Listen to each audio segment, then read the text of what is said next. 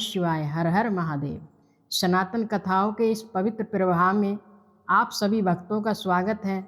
आज हम शिव महापुराण की एक बड़ी ही अद्भुत और रहस्यमयी कथा का श्रवण करेंगे। यह कथा है भगवान शिव के परम गणों में से एक गणेश्वर अंधक की।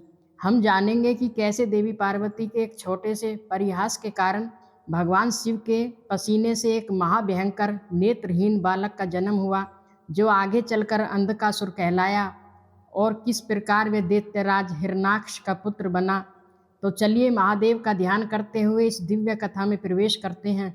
सनत कुमार जी कहते हैं, व्यास जी, एक समय की बात है जब देवताओं के सम्राट भक्त वत्सल्य भगवान शंकर माता पार्वती और अपने गणों के साथ विहार करने की इच्छा से कैलाश पर्वत से काशीपुरी पधारे।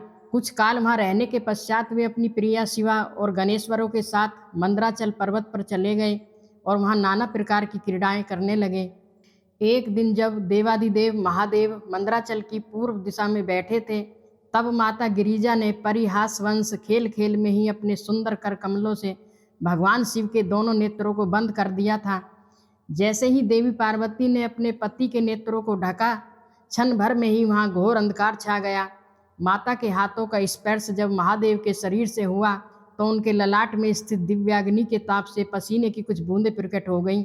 वे बूंदें नीचे गिरी और देखते ही देखते उन्होंने एक गर्भ का रूप धारण कर लिया। उस गर्भ से एक अत्यंत विकराल और भयंकर मुख वाला जीव प्रकट हुआ। वह अंधा था, कुरूप था और उसका रंग बिल्कुल काला था। उसके बाल सुंदर थे पर शरीर बेडौल था। वह कभी माता कभी हंसता तो कभी जोर जोर से रोने लगता। उस अद्भुत और विचित्र जीव को देखकर स्वयं माता पार्वती भी भयभीत हो गईं। तब भगवान शिव मुस्कुराकर अपनी प्रियतमा से बोले।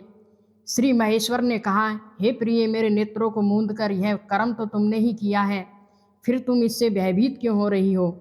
भगवान शंकर के यह वचन सुनकर देवी गौरी हंस पड़ी और उन्होंने अपने हाथ महादेव के नेत्रों से हटा लिए। चारों ओर प्रकाश फैल गया, पर उस प्राणी का भयंकर रूप वैसा ही बना रहा। अंधकार में उत्पन्न होने के कारण वह नेत्रहीन था। तब देवी ने भगवान से पूछा, हे भगवान, कृपा करके मुझे सच सच बताइए कि यह कौन है, इसकी सृष्टि किसने और क्यों की है। तब महेश्वर ने कहा, हे अंबिके, जब तुमने मेरे नेत्र मूंदे थे उसी समय मेरे पसीने से इस अद्भुत प्राणी का जन्म हुआ है। अंधकार में जन्म लेने के कारण इसका नाम अंधक है। तुम ही ने इसे उत्पन्न किया है, इसलिए करुणापूर्वक इसका पालन पोषण करो। स्वामी के ऐसे वचन सुनकर माता गौरी का हृदय करुणा से भर गया और वे अपनी सखियों के साथ उस बालक अंधक का अपने पुत्र की भांति पालन करने लगी। उसी समय दैत्यराज हिरणाक्ष पुत्र की कामना से उसी वन में कठोर तपस्या कर रहा था। वह भगवान महेश्वर का दर्शन करना चाहता था और उसी धुन में वह सब कुछ भूलकर एक ठूंठ की भांति निश्चल होकर समाधि में लीन हो गया।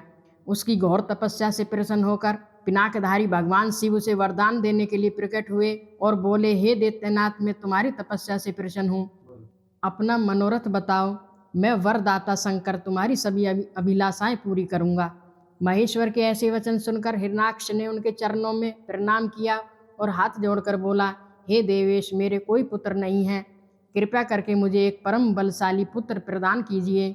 भगवान शंकर ने कहा, हे देवाधिप, तुम्हारे भाग्य में तुम्हारे वीर्य से उत्पन्न होने वाला पुत्र नहीं है, किंतु मैं तुम्हें एक पुत्र देता हूँ, मेरा ही पुत्र है, जिसका नाम अंधक है। वह तुम्हारे ही सामान पराक्रमी और अजय है।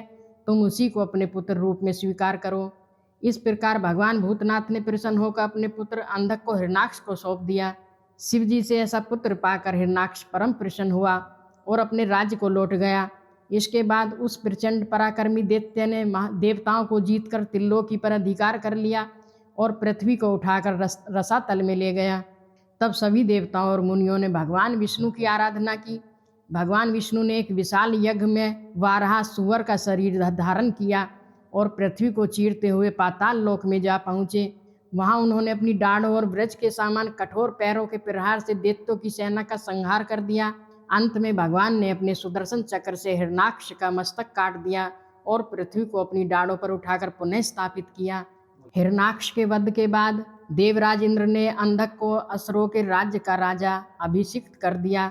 इसी प्रकार दुष्ट हिरणाक्ष के मारे जाने पर तीनों लोकों में पुनः सुख और शांति छा गई। तो इस प्रकार भगवान शिव और माता पार्वती की एक दिव्य लीला से अंधक का जन्म हुआ। वह महादेव का अंश होते हुए भी प्रारब्ध के कारण एक असुर का पुत्र बना और आगे चलकर उसी ने भगवान शिव से घोर संग्राम किया। यह कथा हमें बताती है कि ईश्वर की लीलाएं अगम और अपार हैं। वे ही सृष्टि करते हैं, वे ही पालन करते हैं, वे ही संहार भी करते हैं। बोलिए हर हर महादेव।